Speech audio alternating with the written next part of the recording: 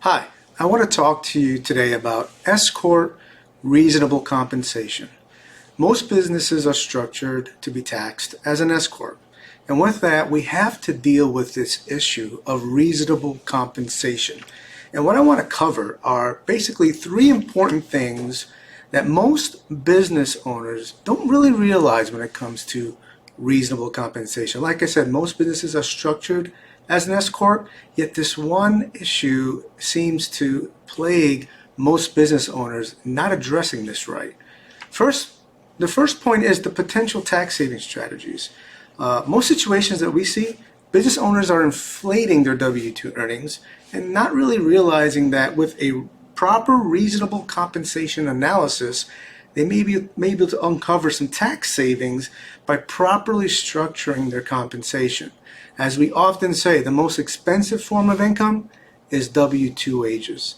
So we look at ways to stay in compliance with reasonable compensation and be able to compensate the owner through profit distributions in a way that follows the IRS rules and keeps you out of hot water, which leads us to our next point, the potential audit red flag of not following reasonable compensation rules. Most business owners may be underpaying themselves, and in that situation, that is a big red flag for a reasonable compensation audit. But how does the IRS track this, you might ask? Real simple. Check your tax return. On your 1120S, you'll see on line number 7, compensation of officers. That's where the owner compensation is usually located.